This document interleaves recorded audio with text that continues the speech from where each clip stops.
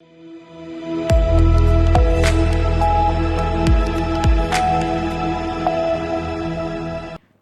मैं हूं रत्ना और आप देख रहे हैं सी न्यूज भारत। आइरो करते न्यूज बुलेटिन की और बात होगी आजमगढ़ की, जहां राष्ट्रीय लोक अदालत में मिशन शक्ति 5.0 के तहत न्यायपालिका और पुलिस विभाग के समन्वय से 21 दंपतियों का पुनर्मिलन कराया गया है। साथ ही बात होगी बकानी की, जहां खेत दिवस आयोजित किया गया है। ऐसी तमाम खबरों पर विस्तार से चर्चा करेंगे। राष्ट्रीय लोक अदालत में मिशन शक्ति 5.0 के तहत न्यायपालिका और पुलिस विभाग के समन्वय से 21 दंपतियों का पुनर्मिलन हुआ। वरिष्ठ पुलिस अधीक्षक आजमगढ़ डॉक्टर अनिल कुमार के निर्देशन और अपर पुलिस अधीक्षक नगर मधुवन कुमार सिंह के समन्वय में इन जोड़ों को फूलमाला और उपहार देकर उज्जवल भविष्य की कामना की गई। प्रक्रिया में प्रधान न्यायाधीश पारिवारिक न्यायालय श्री एहसानुल्लाह खान, अपर प्रधान न्यायाधीश संदीपा यादव, प्रेम शंकर, नोडल अधिकारी लोक अदालत संतोष यादव, सचिव जिला विधिक सेवा प्राधिकरण निकिता राजन, चौकी प्रभारी प्रियंका तिवारी और परामर्शदाता कुलदीप कुमार सिंह, श्रवण कुमार गुप्ता, विनय कुमार तिवारी सहित पुलिस प्रशासन ने सहयोग किया। न्यायालय और पुलिस अधिकारियों द्वारा दोनों पक्षों की काउंसलिंग कर 21 बिखरते परिवार पुनः एकजुट हुए, जिससे मानसिक, सामाजिक और आर्थिक राहत मिली। प्रधान न्यायाधीश एहसानुल्लाह खान ने दंपतियों को आपसी समझ और सहयोग से विवाद सुलझाने की सीख दी और भविष्य के लिए शुभकामनाएं दी। ये पहल पारिवारिक मूल्यों को सुदृढ़ करने और समाज के लिए प्रेरणादायक मानी गई। पहली बात तो बहुत बहुत स्वागत है। अभी जल्दी मैं एक किताब पढ़ रहा था, उसमें ये लिखा हुआ था, जब आप लड़ाई करते हैं तो आपके जो आने वाले लोग हैं, जो आपकी नीचे वाली पीढ़ी है, वो आप लोगों की लड़ाई देख करके शादी विवाह नहीं करना चाहती है। जो बच्चे हैं जिनकी अभी शादी नहीं हुई है, वो आप लोगों के झगड़े को देख करके वो हतोत्साहित होते हैं कि नहीं, हम शादी करेंगे तो शायद देखिए फलां के घर में ऐसे रोज़ होता है, फलां के घर में ऐसे रोज़ होता है, वहाँ मुकदमा हो रहा है, वहाँ लड़ाई हो रही है। तो हमारे ऊपर जिम्मेदारी इस बात की है कि हम तो अपना घर हमको चलाना ही चलाना है। हमको ये भी ध्यान रखना है कि हमारी जो आने वाली वंशज है वो हमसे दुष्प्रभावित ना हो जाए। बात सिर्फ इस बात की नहीं है कि देखिए आपका लड़ाई हो गया, आपका सुलह हो गया, आपका जो छोटा भाई होगा, जो महिलाएं हैं, मान लीजिए उनकी छोटी बहनें हैं, आप लोगों के अपने भाई भतीजे हैं, आप लोगों की लड़ाई देख करके वो लोग हतोत्साहित होते होंगे कि नहीं, क्या हमको ज़िंदगी में रहना है कि नहीं रहना है, हम शादी करके करेंगे क्या। आपकी बेटी हो सकती है, आपका बेटा हो सकता है, अरे मेरे पापा तो ज़िंदगी भर लड़ते ही रहे, तो हम शादी करके क्या करेंगे। इसलिए ये जिम्मेदारी डबल है। आपको अपने परिवार को तो संभालना ही संभालना है, आने वाला जो आपका पीढ़ी है उसको भी संभालना है। आजमगढ़ से सी न्यूज संवाददाता सीबी भास्कर की रिपोर्ट। आईटीसी मिशन सुनहरा कल परियोजना और SIIRD झालावाड़ के संयुक्त तत्वाधान में ग्राम मोलक्या कला में गेहूं की फसल पर खेत दिवस आयोजित किया गया, जिसमें किसानों को जलवायु स्मार्ट खेती, प्राकृतिक संसाधन प्रबंधन और आजीविका विविधीकरण के बारे में जानकारी दी गई। कृषि विशेषज्ञ सत्यनारायण पाटीदार ने बागवानी, पशुपालन, बायोगैस, आईटीसी गेहूं खरीद प्रक्रिया और आईटीसी मॉड्स ऐप के उपयोग के बारे में बताया। वरिष्ठ कृषि पर्यवेक्षक राजेंद्र कुमार ने जैविक वर्मी कंपोस्ट, तारबंदी, पाइपलाइन, खेत तलाई और कृषि यंत्रों की योजनाओं के लिए आवेदन करने का आग्रह किया। सरपंच राय सिंह लोधा ने मृदा स्वास्थ्य कार्ड और पंचायत विकास कार्यों के महत्व पर चर्चा की। अस्थायी चौड़ी नाली यानी PBF विधि से लगाए गए डेमो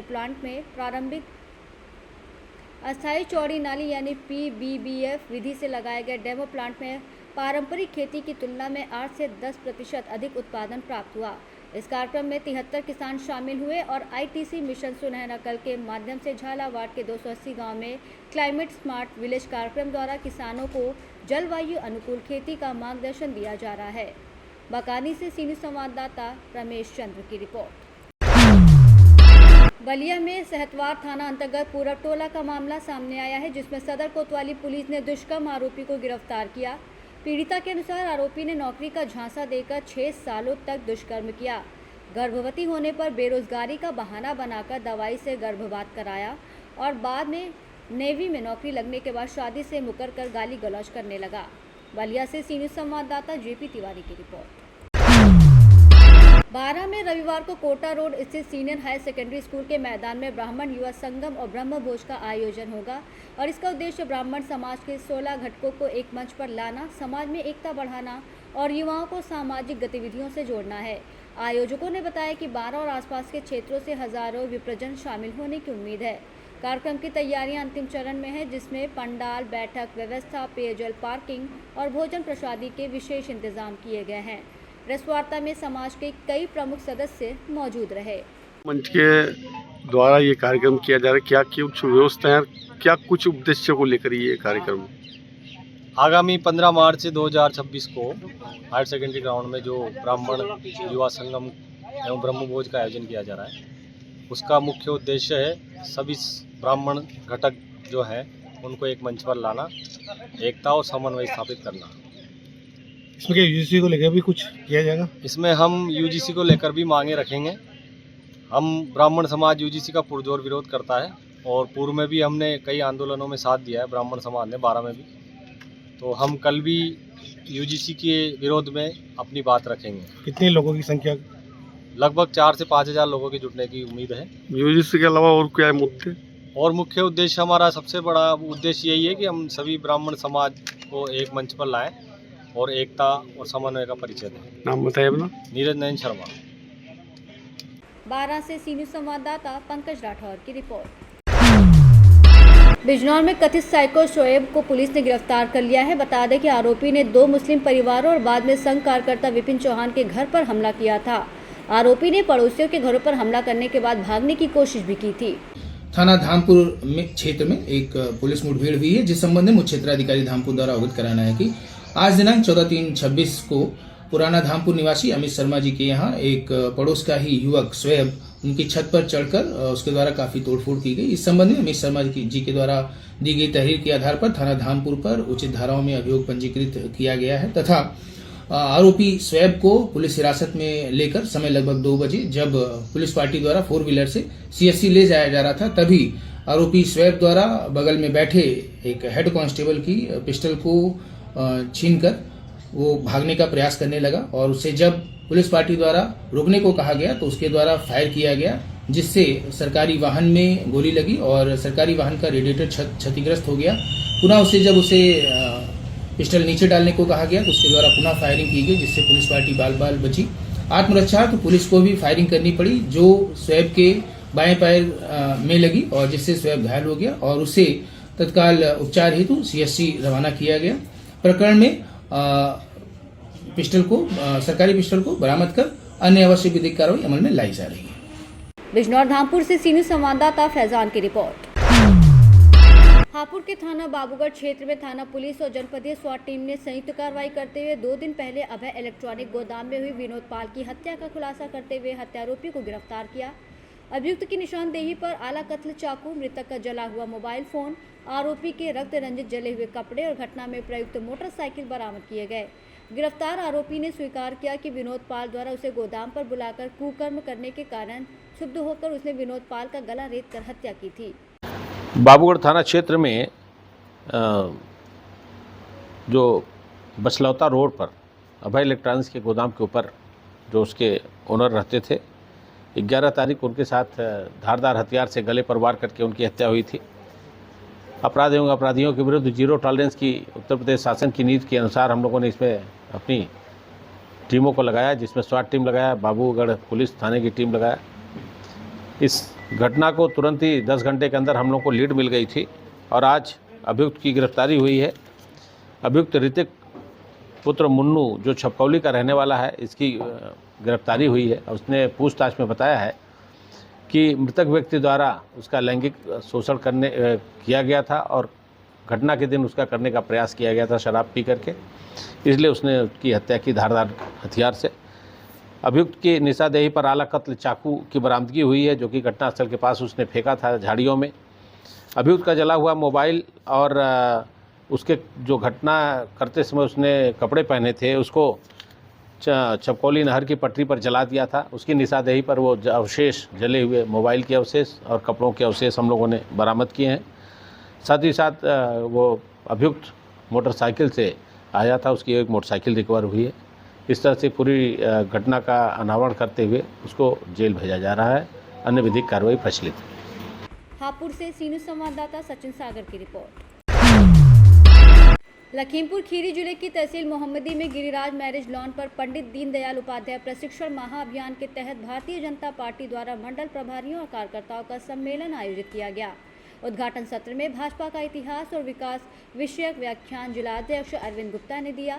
इस अवसर पर विधानसभा मोहम्मदी विधायक लोकेंद्र प्रताप सिंह, जिला महामंत्री ज्योतिमय बरतरिया, ब्लॉक प्रमुख महेंद्र वाजपेयी सहित अन्य लोग मौजूद रहे। मंच का संचालन मनोज वर्मा ने किया। आपने अभी अपने संबोधन में जिलाध्यक्ष महोदय बताया था कि राजनीतिक सफर में आपका लोकेंद्र प्रताप का बहुत बड़ा महत्वपूर्ण योगदान रहा है। कितना योगदान रहा है? बूथ अध्यक्ष से लगा करके नगर अध्यक्ष और जिला उपाध्यक्ष और जिला महामंत्री 2 बार और जिला उपाध्यक्ष उनके साथ मैंने काम किया। उनका मार्गदर्शन मुझे काफ़ी समय मिला रहा है और वास्तव में वो उनका मार्गदर्शन आज जो है उन्हीं पर चल करके जो है आगे बढ़ने की जाती है। जिला अध्यक्ष जैसे पद तक पहुँचते हुए आपको कितना संघर्ष करना पड़ा? संघर्ष 35 साल लोग संघर्ष करते हैं, कई मुद्दे में चल रहे, कई तरह से हम लोग विपक्ष में लाठियाँ डंडे खाए हैं, तो संघर्ष तो है ही है। और अब जाकर के जो है सभी के आशीर्वाद से, यहाँ कार्यकर्ताओं के आशीर्वाद से, पदाधिकारियों सभी के यानी क्षेत्रीय नेतृत्व और प्रदेश नेतृत्व के आशीर्वाद से जो है ये निर्णय किया गया। मैं पूरी ईमानदारी से जनता अपने कार्यकर्ताओं के साथ। लोकसभा के चुनाव में कई सीटें भारतीय जनता पार्टी की हारी, तो इस बार भारतीय जनता पार्टी का क्या मुख्य ध्येय है 2027 के चुनाव को लेकर के? क्या कार्यकर्ताओं में बेहद उत्साह है। मैं आठों विधानसभा सीटें जीतेंगे सब। लखीमपुर खीरी से सी न्यूज़ संवाददाता अतुल मिश्रा की रिपोर्ट। सांबरकाठा के तलोद तालुका लेबर चौकड़ी में मिलेट मेला और प्रधानमंत्री किसान सम्मान निधि योजना की 22वीं किश्त वितरण के लिए जिला स्तरीय कार्यक्रम जिला पंचायत अध्यक्ष भारतीबेन पटेल की अध्यक्षता में और जिला कलेक्टर ललित नारायण सिंह संधू, जिला विकास अधिकारी हर्षद वोरा की मौजूदगी में आयोजित किया गया। इस अवसर पर जिला पंचायत अध्यक्ष ने कहा कि कृषि और उससे जुड़े क्षेत्रों के विकास से साबरकांठा जिले ने पूरे देश में विशेष पहचान बनाई है और हॉर्टिकल्चर विभाग के सहयोग से नए खेती के तरीकों को अपनाकर किसानों की आर्थिक स्थिति सुदृढ़ हुई है। प्रधानमंत्री किसान सम्मान निधि योजना के तहत अब तक जिले के 2,23,326 किसान लाभार्थियों के बैंक खातों में 21 किश्तों में कुल 418.39 करोड़ रुपए भेजे जा चुके हैं, जबकि 22वीं किश्त भी डीबीटी के माध्यम से डिजिटल रूप से जारी की गई। कार्यक्रम में किसानों ने मुख्यमंत्री और प्रधानमंत्री नरेंद्र मोदी का संदेश सुना और डिजिटल लॉन्च प्रोग्राम देखा। इस अवसर पर तालुका पंचायत अध्यक्ष दशरथ सिंह झाला, जिला महासचिव रेखाबा झाला, जिला कृषि अधिकारी जोशी, डिप्यूटी एक्सटेंशन अधिकारी देसाई और बड़ी संख्या में किसान मौजूद रहे। अपना जिला पंचायतना प्रमुख श्रीमती भारतीबेन पटेल जो अपना कार्यक्रम में हाजर रहा અને કાર્યક્રમને દીપાવ્યો તે બદલ એમનો ખૂબ ખૂબ આભાર માનીએ છીએ। આપણા જિલ્લાના જિલ્લા સમાહર્તા શ્રી કલેક્ટર સાહેબ તેમજ માન્ય જિલ્લા વિકાસ અધિકારી સાહેબ તેમજ તાલુકા પંચાયતના પ્રમુખ શ્રી, સંગઠનના તાલુકાના પ્રમુખ શ્રી, શ્રીમતી રેખાબા ઝાલા માન્ય જિલ્લા પંચાયત સદસ્ય શ્રી ગણપતસિંહ ઝાલા માન્ય જિલ્લા પંચાયત સદસ્ય શ્રી તેમજ તમામ પદાધિકારી તેમજ ખેડૂત ભાઈઓ અને બહેનો તમામનો આપના આજના કાર્યક્રમમાં સહભાગી થવા બદલ ખૂબ ખૂબ આભાર માની આજનો આ કાર્યક્રમ અહીં પૂરો કરીએ છીએ। કાર્યક્રમ માટે બાદ તમામનો જમવાની વ્યવસ્થા કરેલ છે, ભોજન લઈને બધા જઈશું। साबरकांठा से सी न्यूज़ संवाददाता दिलीप परमार की रिपोर्ट। आज गढ़चिरौली के जिला कलेक्टर कार्यालय में पूर्व मंत्री शोभाताई फडणवीस की अध्यक्षता में सिलोचा तालुका से जुड़ी विभिन्न समस्याओं को लेकर एक महत्वपूर्ण समीक्षा बैठक आयोजित की गई। इस बैठक में गढ़चिरौली के जिला कलेक्टर, उप विभागीय अधिकारी, जिला जल संपदा विभाग, तहसीलदार और विभिन्न विभागों के वरिष्ठ अधिकारी मौजूद रहे। बैठक में मुख्य रूप से निम्न 3 मुद्दों पर विस्तार से चर्चा करते हुए प्रशासन की ओर से ठोस आश्वासन दिए गए। पहला, सोमदूर संगम सड़क का विकास। सिरोचा तालुका के प्रसिद्ध पर्यटन स्थल सोमदूर संगम जाने वाली सड़क की हालत काफ़ी खराब हो गई है, जिससे पर्यटकों को भारी परेशानी का सामना करना पड़ता है। इस समस्या से समाधान के लिए प्रशासन ने आसर अल्ली से सोमदूर संगम तक सड़क निर्माण कार्य को युद्ध स्तर पर पूरा करने का आश्वासन दिया है। दूसरा, सिरोचा में स्वतंत्र बस आगार यानी डिपो की स्थापना। तालुका के बढ़ते क्षेत्रफल और यात्रियों की संख्या को देखते हुए सिरोचा में स्वतंत्र राज्य परिवहन बस आगार स्थापित करने की मांग बैठक में रखी गई। इस प्रस्ताव पर सकारात्मक रूप से कार्रवाई करने के लिए संबंधित विभाग को निर्देश दिए गए हैं। तीसरा, मेडीगड्ढा कालेश्वर परियोजना से प्रभावित किसानों का पुनः सर्वेक्षण। मेडीगड्ढा कालेश्वर सिंचाई परियोजना के कारण कई किसानों की ज़मीन जलमग्न हो रही है और हर साल बड़ी मात्रा में ज़मीन का कटाव हो रहा है। इस गंभीर समस्या पर चर्चा करते हुए प्रभावित क्षेत्रों का तत्काल पुनः सर्वेक्षण कराने के निर्देश दिए गए हैं। इससे प्रभावित किसानों को उचित मुआवजा और न्याय मिलने का मार्ग प्रशस्त होगा। किसानों की प्रतिक्रिया। बता दें कि बैठक में हुई सकारात्मक चर्चा और प्रशासन द्वारा दिए गए आश्वासनों से सिनोचा तालुका में सड़क, परिवहन और किसानों की जमीन से जुड़े मुद्दों के समाधान की उम्मीद जगी है। इस संबंध में तालुका के किसान सूरज द्विदीवार, राम रंगूवार और तिरुपति मुद्दाम ने संतोष व्यक्त किया है। आज जिल्हा अधिकारी कार्यालय येथे माननीय शोभाताई फडणवीस यांच्या अध्यक्षतेखाली माननीय जिल्हाधिकारी व तसेच उपविभागीय अधिकारी अहिरी आणि तसेच इतर अधिकारी यांचा उपस्थितीत बैठक पार पाडण्यात आलेली आहे। त्या बैठकीत सिरोंचा तालुका या तालुक्याच्या समस्यावर सविस्तर चर्चा झालेली आहे। त्या मुख्य समस्यापैकी सिरोंचा तालुक्यातील सोमनूर संगम हा एक पर्यटन स्थळ असून आसरेली ते सोमनूरपर्यंत खराब रस्ता, या खराब रस्त्यामुळे पर्यटक ये जा करण्याकरिता अनेक समस्याचा समोर करावा लागत आहे।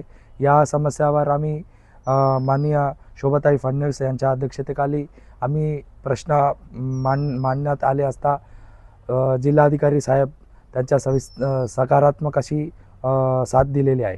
त्यातील दुसरी मोठी अशी मुख्य समस्या म्हणजे बस आगार। म्हणजे सिरोंचा तालुक्यात आतापर्यंत म्हणजे आजपर्यंत अनेक प्रवास म्हणजे बससाठी अनेक त्रास उपभोगत आहेत आणि 2च्या नंतर एकही बस भेटत नाही तालुक्यात आणि ह्या अनेक समस्या आम्ही शोभाताई फडणवीस यांच्या अध्यक्षतेखाली कलेक्टर साहेब समोर मांडण्यात आले असता या गंभीर समस्यावर लवकरात लवकर निवारण करण्याकरिता त्यांनी सकारात्मक अशी साथ दिली आहे। मुख्य समस्या म्हणजे मेडीगड्डा प्रकल्पामध्ये आजपर्यंत भूसंपादनमध्ये मंजूर झालेले शेतजमीनपैकी अधिकांश शेतजमीन पाण्याखाली येत आहे आणि आजपर्यंत शेकडो हेक्टर कपात झालेली आहे। या पाण्याखाली येत असणाऱ्या शेतजमीन आणि तसेच आजपर्यंत कपात झालेले शेतजमिनीचा पुनर्सर्वेक्षण करण्यात येणार असून शेतकऱ्यांना न्याय मिळवून देणार अशी आश्वासन कलेक्टर साहेबांनी दिलेले आहे। गढ़चिरौली से सी न्यूज़ संवाददाता चंद्रशेखर पुलगम की रिपोर्ट। बुलेटिन में फिलहाल इतना ही। देश और दुनिया की तमाम बड़ी खबरों के लिए देखते रहिए सी न्यूज़ भारत।